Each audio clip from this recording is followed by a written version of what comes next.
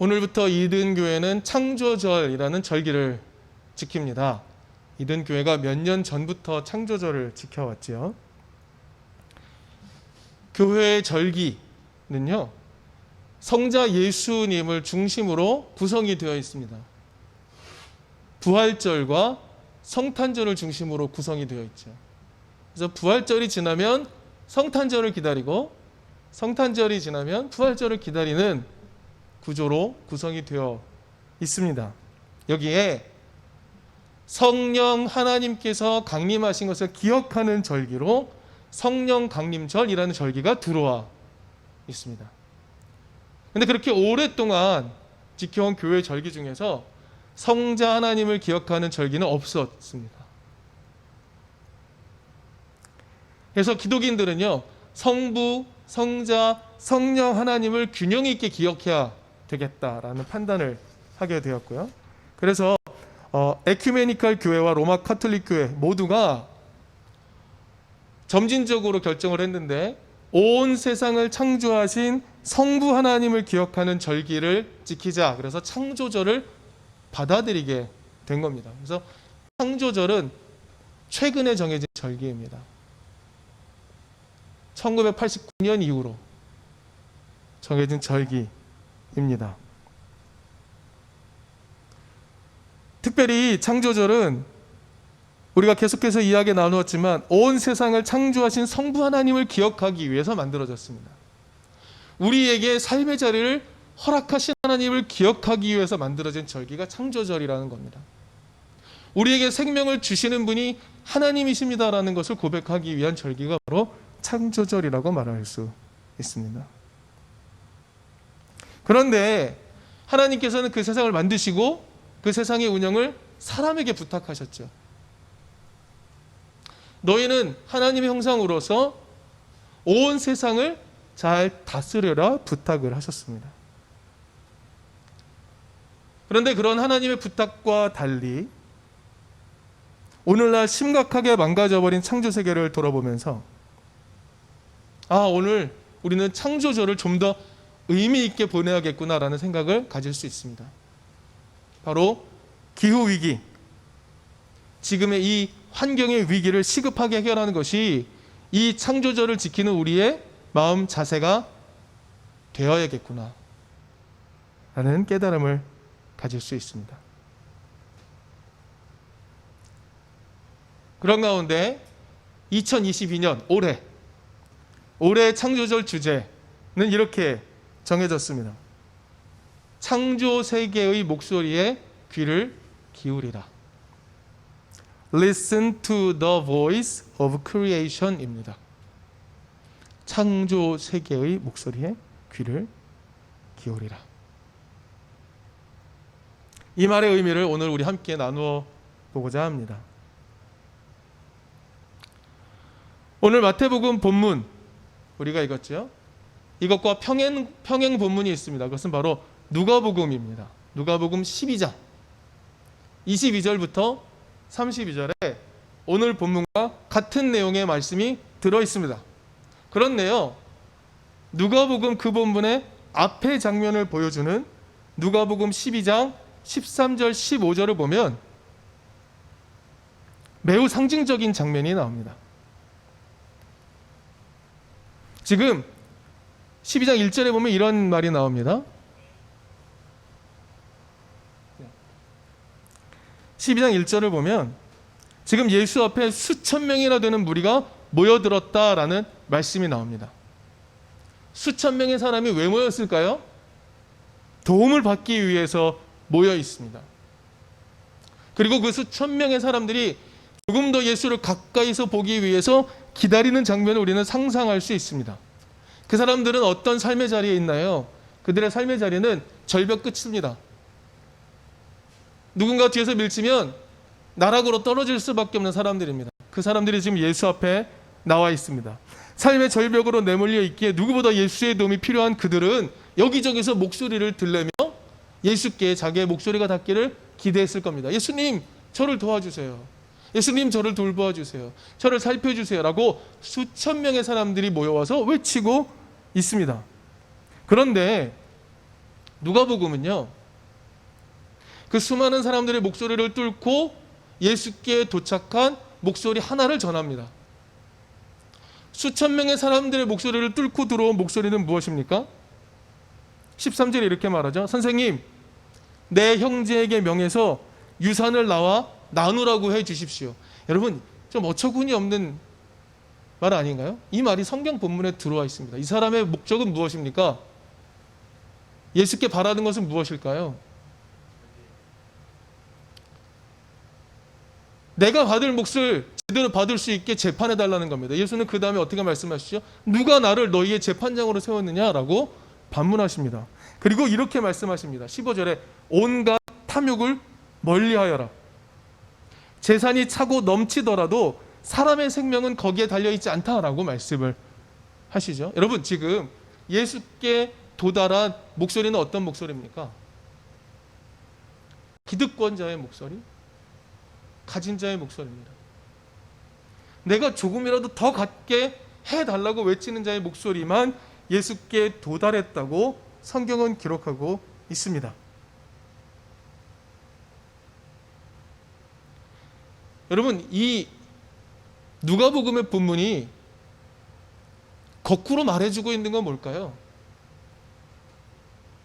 이 거침없는 기득권자의 목소리가 수많은 약자들의 목소리를 소고해 버렸다는 겁니다. 약자들의 신음소리는 이 강력한 목소리에 의해서 소고되어 버립니다. 노이즈 캔슬링 된 거죠. 약자의 신음은요, 노이즈입니다. 기득권자들이 자신의 삶을 누리기 위해서 약자들의 신음소리는 들리지 않아야 되는 소음과 같은 것입니다. 여러분, 약자들의 목소리는 존재하지요. 그런데 강자들의 목소리는 약자들의 목소리를 존재하지 않게 만들어 버립니다. 이것이 문제입니다. 여러분, 그렇게 약자들의 목소리는 없는 게 아니라 소거되어 온 겁니다. 그 상황은 지금도 오늘날도 마찬가지이죠. 누구도 약자의 소리에 귀를 기울여 주지 않습니다. 여러분, 세상에 수많은 사람들이 고난을 당하고 있죠. 근데 우리는 누구의 고난만 기억합니까? 자신의 목소리를 낼 수 있는 사람들의 고난만 기억하고 있습니다. 여러분, 인터넷, 소셜미디어 모두에게 평등한 것 같죠? 그러나 평등하지 않습니다. 거기에 접근할 수 없는 사람들의 목소리는 아무도 들어주지 않습니다. 우크라이나에서 일어나는 전쟁의 목소리는 우리가 너무나 잘 듣고 있지만 미얀마에서, 스리랑카에서 일어나는 목소리는 우리는 들리지 않습니다. 파키스탄에서 죽어가는 사람들의 목소리는 들리지 않습니다. 그리스에서, 유럽에서, 미국에서 죽어가는 사람들의 목소리는 들리지만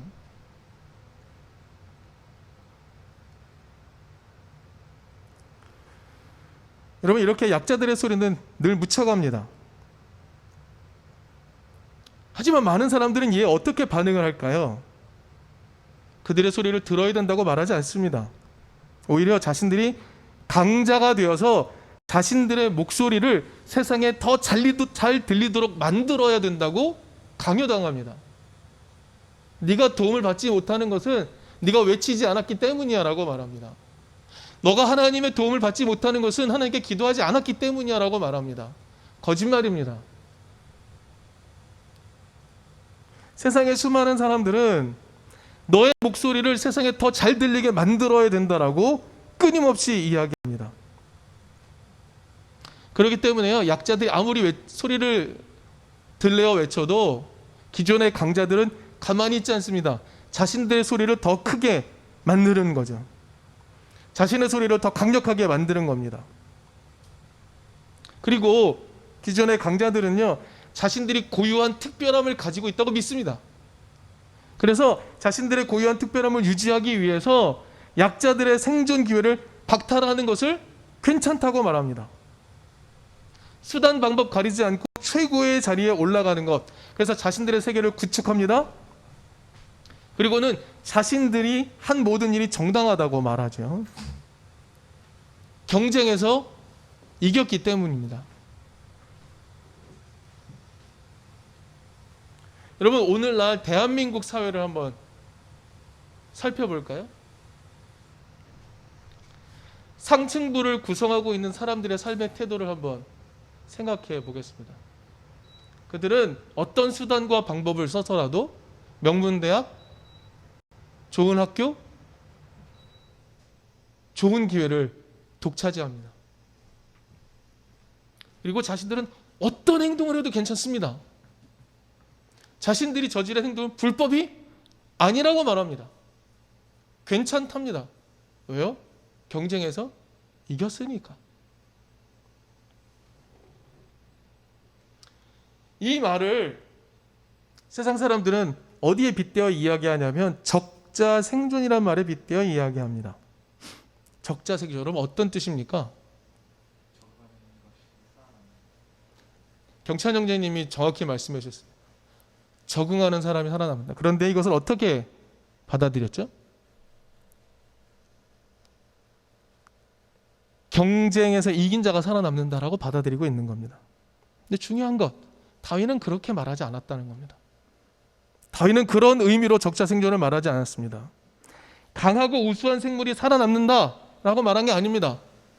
환경에 적응을 잘한 자가 살아남는다라는 겁니다. 같은 종이라고 할지라도 그 상황 속에서 살아남을 수 있는 특별한 변이를 가진 존재들이 살아남았다는 겁니다. 그래서 다윗은 변이를 굉장히 높이 취급했죠. 굉장히 특별한 것으로 취급했습니다. 그 상황에 적응하기 위한 변화들을 만들어낸 존재들을 굉장히 귀하게 여겼던 겁니다. 그래서 다윗의 생각에는요, 우등, 열등이 존재하지 않습니다. 그럼에도 사람들은 끊임없이 우등한 것과 열등한 것을 나누고 우등한 것이 살아남아야 된다라는 의미로 적자 생존을 외치고 있죠. 기득권이 그렇습니다. 그것을 얻을 자격 있는 사람이 그것을 누려야 한다라고는 생각. 여러분, 이런 생각은요, 우생학의 결과죠. 우생학. 우등한 것이 세상을 누린다라는 겁니다. 남성이 여성보다 우등하다는 생각, 백인이 흑인보다 우등하다는 생각, 아리아인이 유대인보다 우등하다는 생각, 이런 생각들이 세상을 어떻게 망쳐왔습니까? 그리고 여전히 세상을 어떻게 망가뜨리고 있습니까? 창조절에 한 번 더 고민해 볼 수 있는 것, 사람이 우등하고 자연이 열등하다는 생각, 이 생각 때문에 우리는 하나님이 만드신 창조 세계를 얼마나 파괴시켜 왔습니까? 여러분, 이거 매우 위험한 생각입니다. 우월한 것들만 존재할 수 있다는 생각은 매우 위험한 생각입니다. 자신의 능력을 증명한 사람들만 생존할 수 있다는 생각은 매우 위험한 생각입니다. 지극히 연약한 존재가 세상을 구할 수 있습니다. 지극히 특별한 것이 세상을 구할 수 있습니다. 세상을 균일하게 만드는 것은 매우 위험한 행동입니다. 아이들을 다 똑같이 만드는 건 매우 위험한 생각입니다. 하나의 정해진 기준 속에서 그 기준에만 맞게만 살아야 된다고 말하는 것은 매우 위험한 생각이고 오히려 그런 생각이 세상을 파괴하는 겁니다.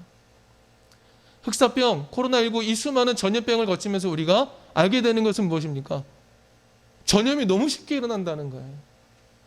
균일한 모두가. 그러나 그 균일함을 뚫고 나온 특별한 존재들로 인하여 우리는 백신을 얻을 수 있고 우리는 새로운 기회를 찾을 수 있고 살아갈 길을 찾을 수 있는 것 아닙니까? 우리는 지극히 작고 연약한 것을 열등하게 여기는 이 생각 속에서 끊임없이 살아왔고 교육받으며 살아왔고 세상을 무너뜨리며 살아오고 있는 겁니다. 여러분, 이번 2022년 창조대의 주제는 창조세계의 목소리를 들으라입니다. 창조세계의 목소리를 듣는다는 것, 그것은 어떤 의미입니까? 이 구원은요, 우리에게 경종을 울려줍니다. 경고의 메시지입니다. 인간을 지고의 가치로 삼는 가치관, 인간이 최고로 중요하다고 생각하는 가치관, 인간이 가장 뛰어난 존재라고 생각하는 가치관에 경종을 울리는 메시지입니다. 여러분, 우리는 하나님의 형상이라고 믿습니다. 여러분도 믿으시죠? 하나님이 그렇게 말씀하셨으니까. 여러분, 자, 그렇다면 여러분에게 하나님의 형상이라는 이 말씀은 어떤 의미입니까?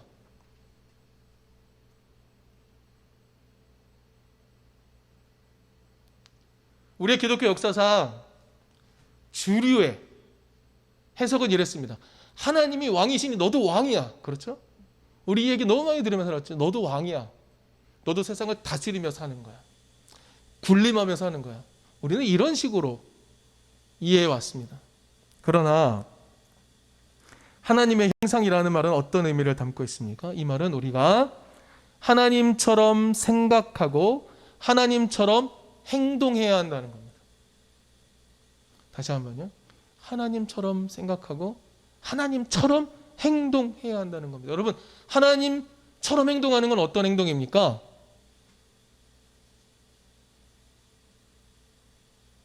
예수를 통해 우리는 알 수가 있죠. 하나님처럼 행동하는 것은 어떤 의미입니까? 누군가 위에 군림하는 겁니까? 절대 아닙니다. 오히려 하나님처럼 만물의 신음소리를 듣고 그들을 긍휼히 여기고 그들에게 삶의 기회를 제공하는 존재로 살아가라는 것, 이게 하나님의 형상이라는 것의 의미입니다. 그러나 여러분, 여전히 창조세계의 목소리를 듣는다는 것은 참 어려운 일입니다.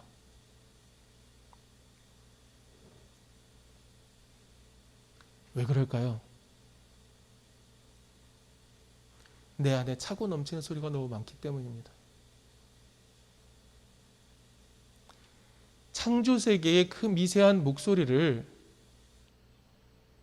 우리는 들을 수 없습니다. 왜냐하면 우리 안에 일어나는 수없이 많은 목소리들이 우리의 귀에, 우리의 마음에 쟁쟁하게 울리는 그 나의 목소리들이, 세상의 목소리들이 창조세계의 그 작은 목소리를 압도해버리기 때문에 그렇습니다. 특별히 우리는 이런 얘기에 도취되어 있습니다. 인간이 세상의 중심이다. 그리고 너는 그 중심 중에서도 중심이 되어야지. 하나님을 믿는 자라면 머리가 될지언정 꼬리가 되지는 말아야지.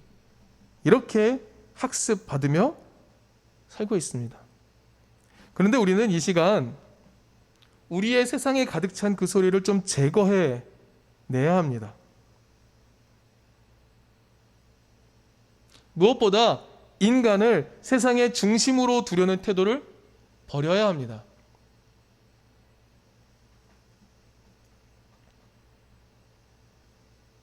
여러분, 인간이 그동안 세상의 중심이라는 자의식 속에 살아왔기 때문에 창조세계 위에 군림했고 착취했고 파괴했습니다. 창조세계의 신음을 무시한 결과 무엇입니까? 오늘 우리가 직면하고 있는 기후위기입니다. 오늘 본문을 보면 하나님이, 예수님이 이렇게 말씀하시죠. 너가 저 새보다 귀하다, 꽃보다 귀하다, 이렇게 말씀하시는 것처럼 들려요. 그러면 여러분, 하나님이 새는 안 사랑하시나요? 꽃은 안 사랑하시나요? 아니죠. 너 귀하다라고 말씀하시지만 온 창조세계가 함께 귀하다라고 말씀해주고 계시는 겁니다. 그런데 우리는 어떻게 듣냐고요? 아, 내가 귀하구나, 세상 그 무엇보다 귀하구나, 이렇게 듣는 겁니다. 오늘 29절 말씀을 보면 예수님이 이렇게 말씀하십니다. 들에 핀 백합화가 온갖 영화로 차려입은 솔로몬보다 낫다고 하십니다. 여러분, 예수는 어떻게 이런 결론에 도달하셨던 걸까요? 여러분, 예수는요, 들에 핀 백합화, 이게 백합화일지 이름 멀리 야소가일지는 모르겠어요. 그것의 작은 목소리를 들으셨던 것 같습니다. 예수님은요, 창조세계 안에서는 그 어떤 작은 존재도 결코 무시할 수 없음을 아셨던 것 같습니다. 여러분, 지금 드레핀 백합화는 어떻게 피어난 걸까요? 누가 가꾸어 준 겁니까? 누가 돌보아 준 건가요? 그렇지 않습니다. 들에서 스스로 피어났습니다. 바람을 이겨내며 피어났습니다. 메마른 땅을 이겨내며 피어난 겁니다. 거기에 끈질기게 버티고 있는 겁니다. 그 이름 모를 들꽃 한 송이에 가득 담겨 있는 하나님의 사랑의 손길을 예수는 보신 겁니다. 하나님이 이 들꽃을 입히신다고 말하는 겁니다. 하나님이 개 신음소리를 들었고 하나님이 그를 돌보신다라고 말씀하고 계신 거죠. 예수는 그걸 발견하셨습니다.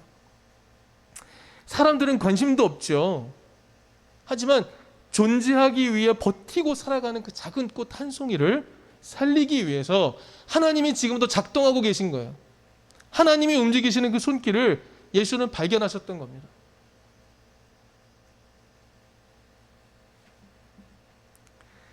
그렇기에 하나님의 손길로 인해 살아가는 그 작은 존재가 하나님의 뜻을 거절하고 자신을 위해 온갖 일탈을 행하는 유대 역사상 가장 강력했던 왕보다 더 소중하다고 말합니다.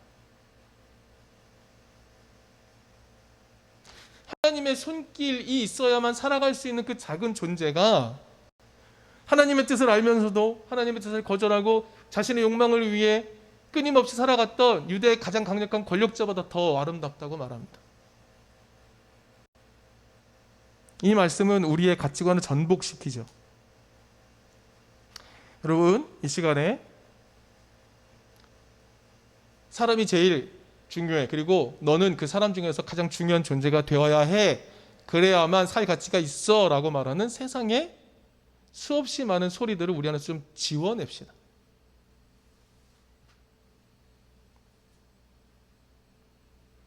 우리는요, 세상의 그 프로파간다에 끊임없이 세뇌되어 왔습니다. 그래서 주일 예배가 중요하죠. 그래서 말씀 묵상이 중요합니다. 우리 안에 가득 쌓여있는 세상이 우리에게 가져다 준 그 거짓 메시지를 제거하기 위해서 우리는 침묵할 필요가 있습니다. 우리는 하나님의 음성으로 돌아갈 필요가 있습니다. 그래야만 우리는 예수처럼 창조세계의 그 작은 목소리를 들을 수 있습니다. 여러분, 하나님이 우리의 침묵 소리를 듣기 위해서는 하나님도 침묵하셔야 합니다. 그렇듯이 우리도 침묵하고 성찰해야 합니다. 집중하지 않으면 들을 수 없는 그 창조세계의 목소리를 듣자라고 2022년 창조절은 초대하고 있습니다. 근데요, 우리가 관심을 조금만 더 기울이면 창조세계가 내고 있는 이 작은 소리를 들을 수 있습니다. 왜냐고요? 기후위기 때문입니다. 기후위기로 인해 연약한 사람들이 울부짖고 있습니다. 이제 무시할 수 없을 정도로 큰 소리가 되어 우리에게 들리고 있는 겁니다. 예전에 기후위기 하면 에이 그런 게 어딨어 라고 말하는 사람들이 더 많았겠죠. 근데 이제는 기후위기 하면 알아듣습니다. 그동안 기후위기를 당하며 죽어왔던 수많은 사람들의 목소리는 들리지 않았지만 이제 와서야 그들의 목소리가 조금씩 들리고 있습니다. 그런데 안타까운 것은 기후위기로 고통받는 사람들은 대체로 땅과 가까운 사람들이라는 겁니다. 자연의 한계에 감사하며 자연에 적응하며 살았던 사람들, 자연과 함께 사는 게 지혜라고 생각하며 살았던 사람들, 그 사람들이 기후위기로 고통을 받고 있는 겁니다. 땅과 가깝게 살았던 사람들이 이 위기에 제일 먼저 노출되고 있는 상황입니다.